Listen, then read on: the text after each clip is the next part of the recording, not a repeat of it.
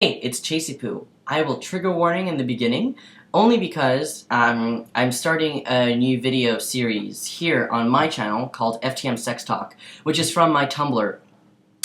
I will be talking about very graphic, sexual things. If you are uncomfortable or under 18, whatever, don't watch. And if you know me in real life, I am going to be talking about my own stuff, so yeah. I was asked to make a video about sex dysphoria. Like dysphoria when you're having sex.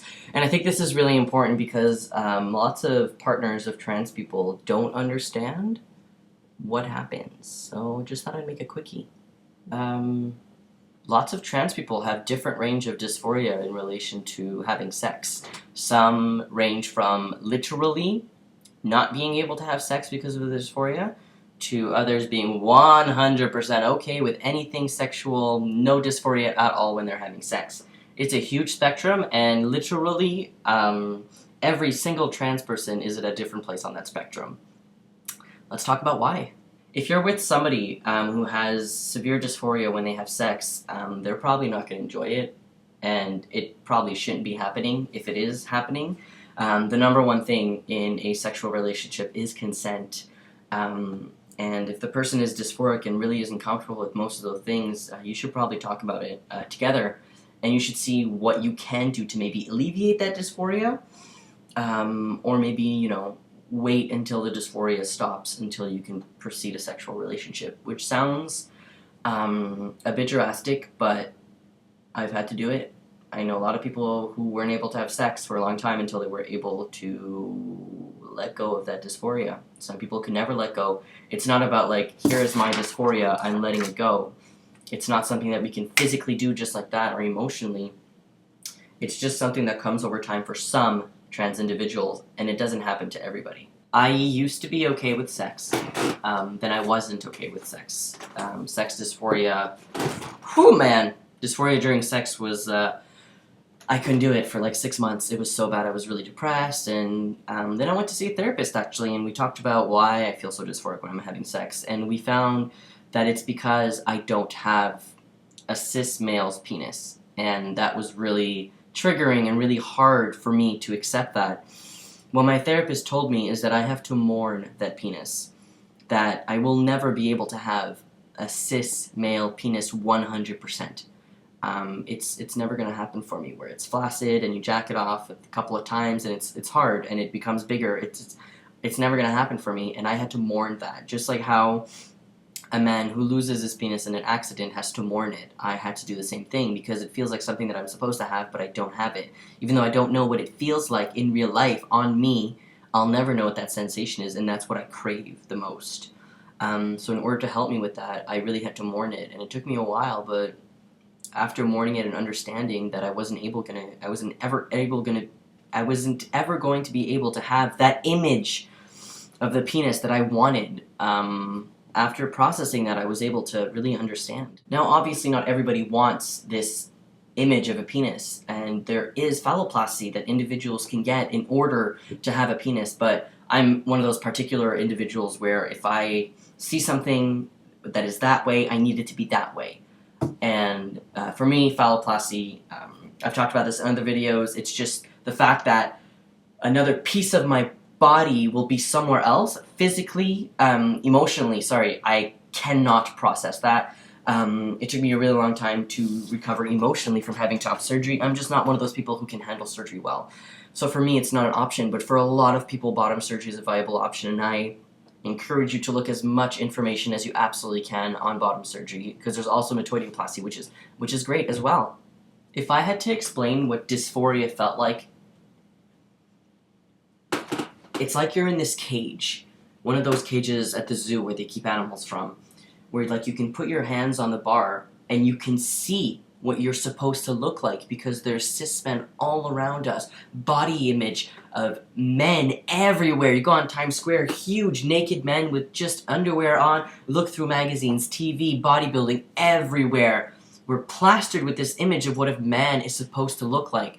So we're in this cage, and we see what we're actually supposed to be, but we're not that, because there's a mirror right there. And the second we stop because we don't want to look at that image anymore, we look at ourselves and we keep getting the image of what a man is supposed to look like and what we look like.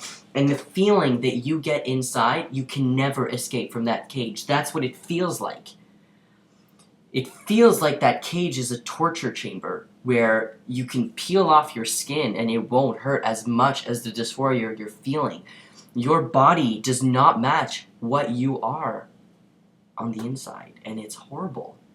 That sounds really depressing, and I'm sorry if it was really triggering for other people, but that's how I feel in my moments of dysphoria that just are unbelievable.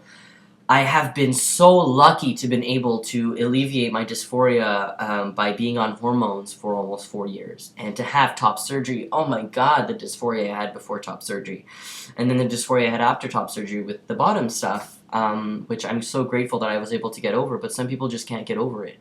I do recommend speaking to your partner about it, and I also recommend maybe going to therapy if it's really that severe. But there are times for me where dysphoria is dysphoria takes over during sex, and I have to stop. And if I don't stop, then I feel guilty for not stopping. But if I had to describe dysphoria while having sex, I think that that's the best way that I can do it.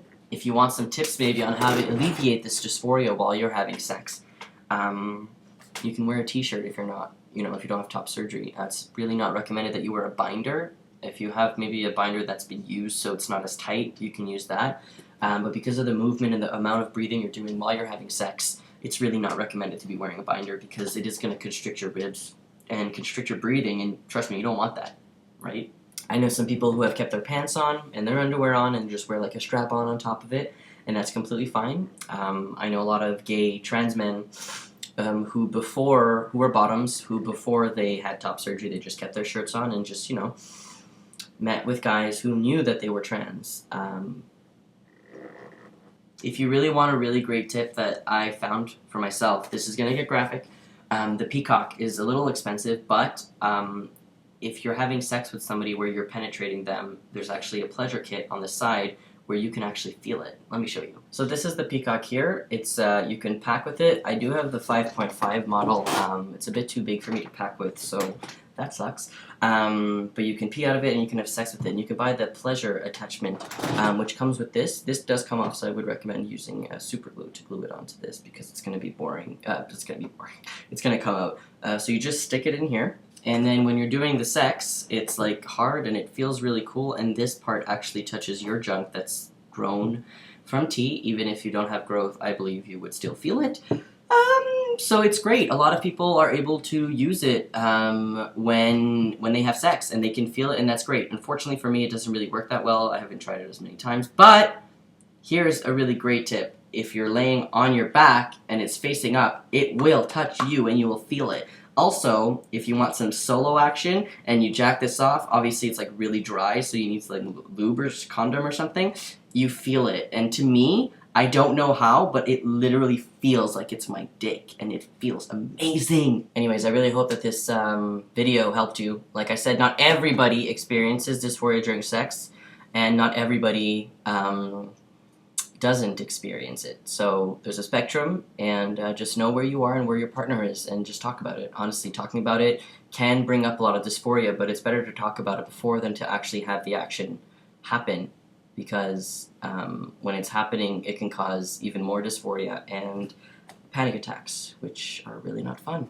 I really hope this was informative, and I will continue to do this like series of sex talks. Please, if you'd like me to talk about something sex-specific within trans men, I will absolutely talk about it. I was going to do a separate channel for FTM Sex Talk, but you know what? I decided this is my channel. I already have almost 10,000 subscribers. I might as well do it here. Have a great week.